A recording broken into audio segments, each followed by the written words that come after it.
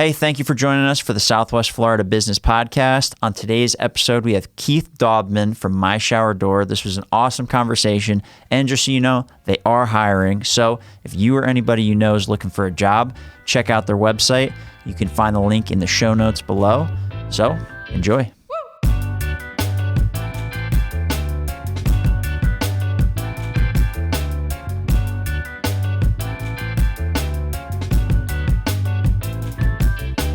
Keith, you ready to do this? Let's go. All right, awesome. Well, thanks for joining me, man. I appreciate it. I want to start off by asking you about this autoclave, but first, maybe we could touch on this milestone that you have for LinkedIn. Yes, Chris, and thank you for having me. This is an absolutely breathtaking. It's by far the nicest studio I've ever been in. Thank you, sir. I appreciate that. This morning, while at the gym, I'm addicted to LinkedIn. If you didn't know that, I'm on LinkedIn. And today I hit a milestone of 25,000 people. And when my mother got me started almost 4 years ago, she said, you need to get on LinkedIn. And I says, well, what's a good, I need a goal to chase. What's a good amount of connections to have? She's like, well, if you can have 2,500, I mean, that changed the game for us. I says, okay, well, I'll do 10,000. And in the first year and a half, I was able to do that. And then I started seeing all these other benefits, but I reset the goal to 25,000. LinkedIn didn't make it any easier, as you know, over the last year by mitigating how many connections you can sound out at once to really try and make for better collaboration. Now, there is a workaround, but so it slowed down the growth. And so I doubled down on content. And so today I hit the milestone of 25,000. And there's going to be a surprise coming later this week for that 25,000th person. They don't know it yet, but I'm really anxious to do that. Yeah. Well, all right. So let's dive into this because I see you on, this is a big part of why we connected is I see you on social media all the time. And I did see this autoclave machine. You're standing in a giant tube that's 10 feet tall or something like that. It's impressive looking, I'll say that.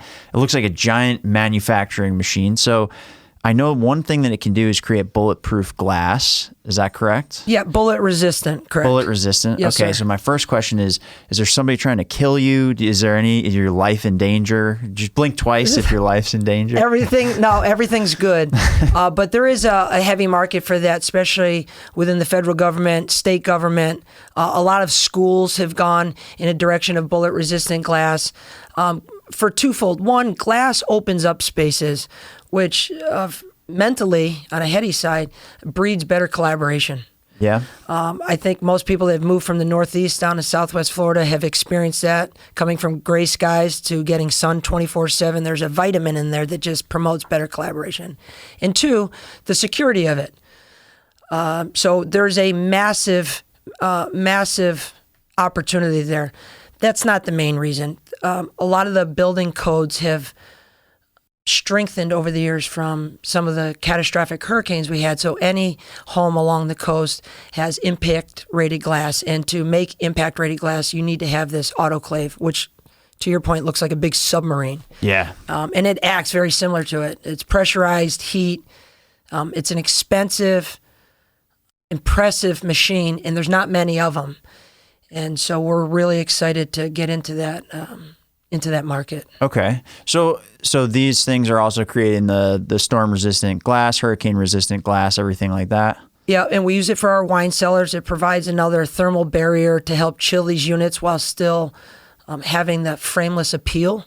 Okay. Because typically in the past, you'd have to use what was called a thermal unit, where it's two pieces of glass with an airspace to kind of give you that break from the 55 degrees with your red wines to the 75 ambient room temperature. And a lot of times that can cause sweating on the outside of the glass. So you'd have to use a thermal glass. Laminated glass will also act as a very good barrier. And so again, to make laminated glass, you need the autoclave. And that's a big market that we see right now. It's trending for the last 5 years. Really? A lot of people like their wine. They like to showcase their wine. There's a lot of dead space in some of these homes that are continuing to get bigger and bigger every year. Yeah. And so it just adds more value. Yeah. And there's an aesthetic appeal to it too. It's almost like a work of art, some of these that we're producing. It looks good. I see beautiful. them on LinkedIn all the time. They look really nice. That's and I cool. just saw you craning in a giant piece of glass too. It was by far the largest piece of glass that we've ever brought in. It was scary. It was nerve-wracking. But every year these things get bigger, and we love pushing the boundaries, especially when the contractor says, the homeowner really wants this and nobody else is willing to do it. That's when we really perk up. Yeah. So you think that having this autoclave kind of gives you that advantage to be able to go in and service some of these jobs and do things like that maybe you couldn't have otherwise, or it would have been outsourcing a ton, leaving a lot up to, not chance, but up to other vendors and things like that. I mean, what does this machine do for you guys as a business? That's actually a phenomenal question. I think the number one rub with this is it allows us to give the ultimate it allows us to control the customer service. Okay. Because to your point, we outsourced it in the past, and anytime you add more layers to the communication, the more likelihood it is to break down, therefore leaving the customer with not the best possible experience. So by doing everything in-house, it allows us to control and mitigate the potential opportunities. Secondly, it does open up more opportunities. People see us now as like, they're not just a sales guy trying to sell us an outsourcing. They're committed to this because they have to be. We're our family is financially guaranteeing all this, so we're betting heavy on this. Sure. We don't. Failing's not an option. Okay. And so, and we stand to grow quite a bit with our phenomenal team as well. So this will give us room to do that with our current staff. Yeah. For quite a long time here in the future. Okay. And so, all right, so you talked about growing with the current staff and everything like that. So I'm assuming this is opening up new opportunities in the company as it stands now. And then how about for other people that don't work there now or people in the local area? I mean, what kind of impact do you see this having just on the amount of jobs that you guys are going to be able to provide and things like that? A ton of opportunity. I think it's going to have massive impact on the local economy and the workforce. To touch on that, we believe one of our best attributes at My Shout or D3, My Architectural, is our culture. And so we pay very well, good benefits, but I don't think that's what people want most. That is important. Sure. But people want to be respected. People want their opinions to be heard. They want to make a difference for something greater than themselves.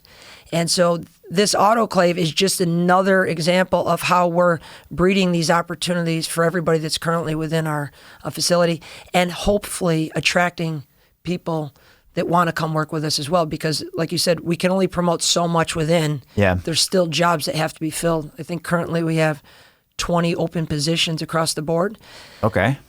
But I can't ever see us not hiring ever again if we find somebody that believes in the culture that we have and is committed to what we believe in. We'll make room for them. Yeah. And so I would tell anybody that's looking to, there's a lot of people relocating. Maybe the husband or spouse or wife has a position, but the other one doesn't. I would encourage them to look up all the positions we have. But even more importantly, if there's something that we don't have but you love and you're passionate about, that's the type of people we're looking for. We'll make a position. Yeah. Yeah. Or have you kind of help make that position with the company too. So, all Absolutely. right, that's cool. So on this, right? So you make this big investment in this machine and it's opening a lot of jobs and opportunities. What kind of, I don't want to say challenges to paint it in like a negative light, but like what logistical pieces are you now having to kind of solve now that you've brought this machine in, you're offering new services? What challenges has this posed to the business, and how are you guys kind of approaching some of that stuff to solve it, to get people to work these things, to provide these jobs and provide these services to customers? How is the business kind of evolving now that you've brought this in? So in the past, when we took vertical steps, we learned a lot the hard way. And so now we're applying those tools that we learned now, one of them being very reminiscent to seeing Christmas presents under the tree. It's not Christmas, so you can't open it yet. We haven't really unleashed the opportunity to the laminate yet because we know in the infancy of this, there's a massive learning curve, Sure. quality, and the jobs that the autoclave will be producing aren't small jobs.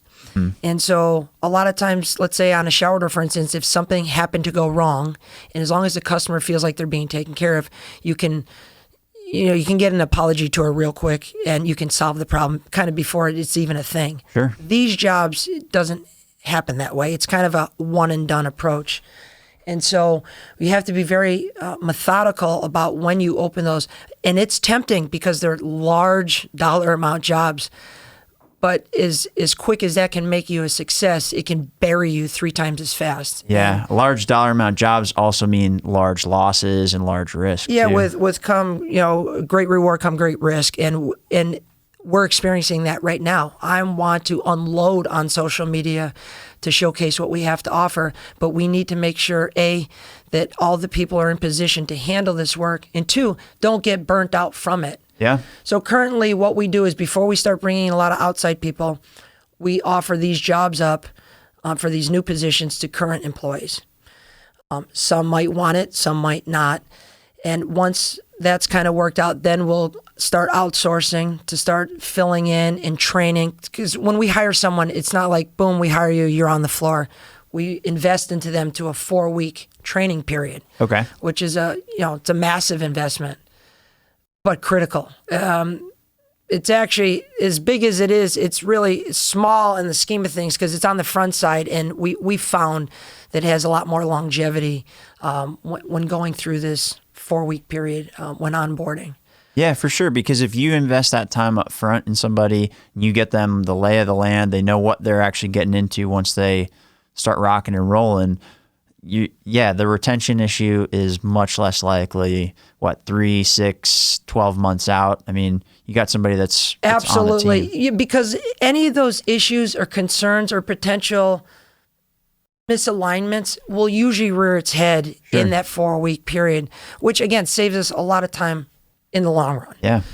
We're probably one of the only factories locally that has close to almost a 0 turnover. And in manufacturing in general is typically a double-digit turnover rate, and we attribute that to the management and the culture. Yeah, I mean, it's phenomenal culture. Yeah, it's cool, and you guys are doing the dance moves and everything. Yeah, we have a lot of fun while we do it. I mean, we have a ton of fun, and that's just part of it. Yeah, it looks like a good time, honestly.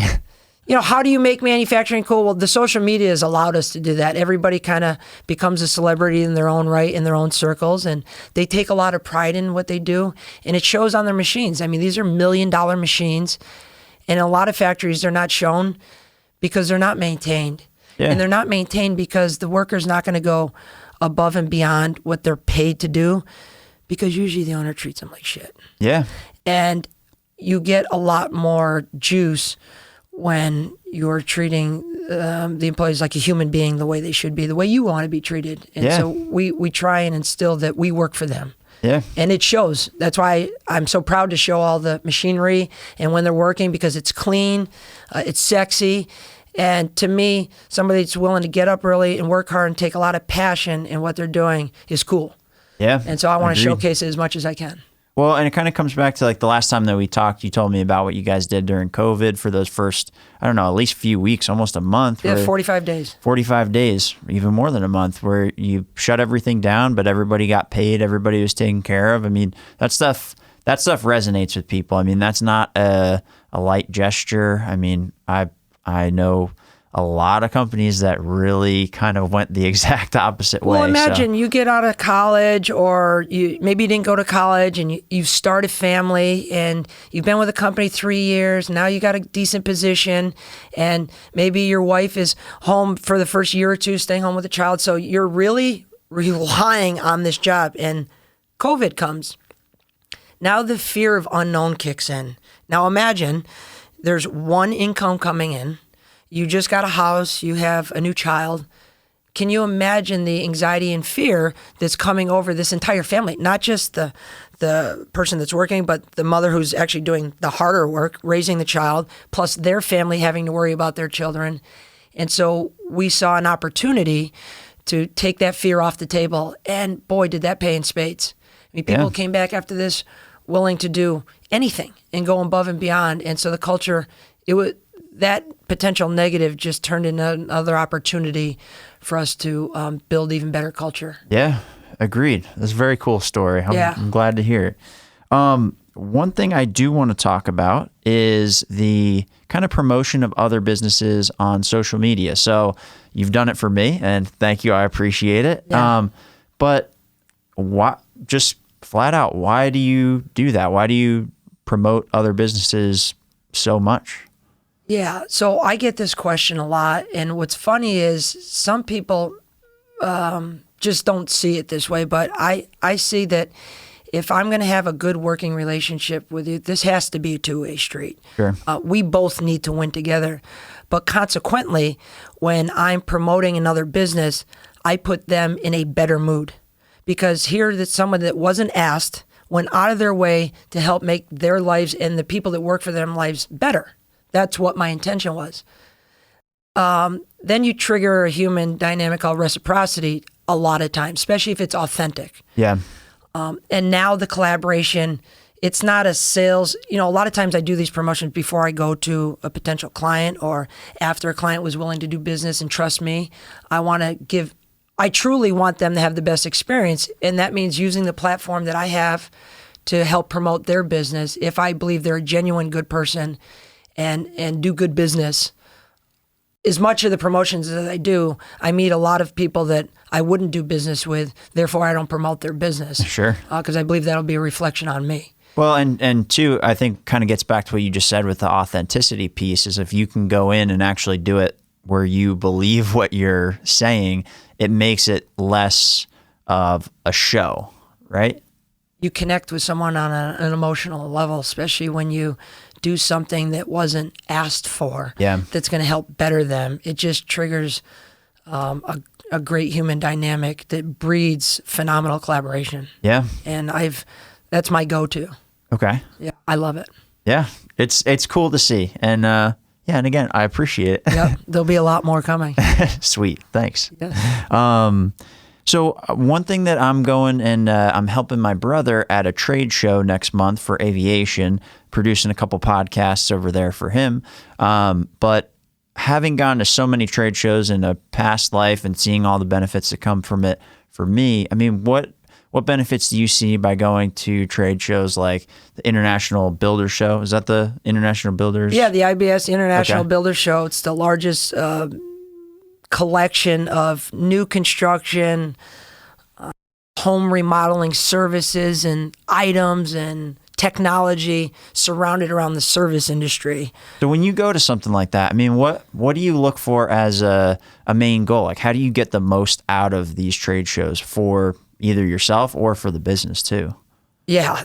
So that process has really evolved over the years. Okay. In the beginning, I went to it because I was anxious to get away from installing doors and just go see another city. And then as I got a little bit older, I started appreciating my time more. And so I would be looking for new innovative products because much like I am on social media, we always wanted to kind of be a disruptor in our space. And I mean that in a positive way. We didn't want to do everything like all the Joneses. We wanted to kind of create our own brand. Sure. And so to do that, you need to go out and experience different things, and you need to see what else and how so-and-so is doing this, or what new innovative products are coming over here. How can we apply this technology to what we're doing for a better customer service experience, but also to be different. Yeah.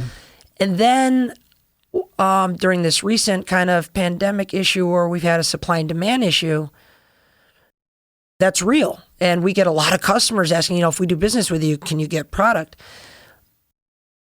My main focus at this last show wasn't to look for new innovative stuff, although I'm aware of that when I'm walking around. It was to strengthen current relationships. Because although there's a supply and demand issue, there's not a we're out of it issue, which means they're going to be selling product to people that they like doing business with. If there's a shortage, but there's still product, they still need to get rid of it. So now they say, who are we giving this to? Yeah. Well, maybe they'd give it to the guy that's coming up to the trade show and promoting their business and continuing to get their message out there through his platform.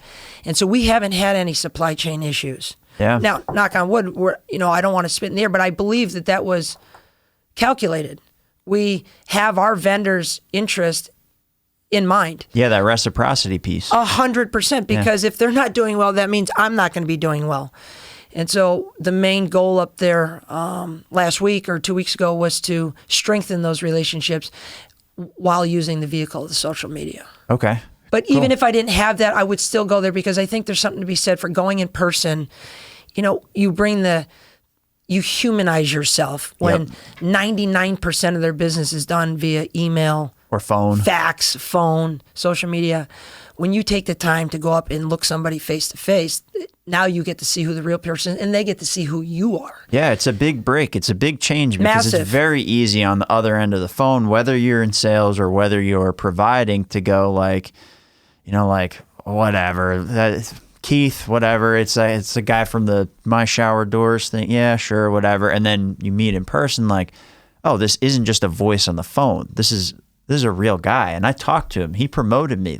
And he respected me, and he promoted me, and he supported what I was doing. Let's do what we have to do to keep him in front of us. That's exactly what it is. Yeah. And that's how it should be. Yeah, agreed. No, it's cool strategy. I like it. I didn't think of it. It's so overlooked. It's so simple. It's almost simplistic. Yeah. Because, I mean, go through social media, see how often you actually see someone not promoting their own business on their platform, but promoting someone else's business. And all I do is promote my own business. I'm very selfish. Yeah.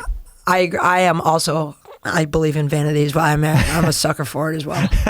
Yeah. Well, I think I got to get better at it. And I think this has kind of given me the lesson to get better at it. So I think when you start doing it and see the results, how much faster it starts breeding opportunities, it's going to blow your mind. Yeah. Yeah. It really does. All right, cool.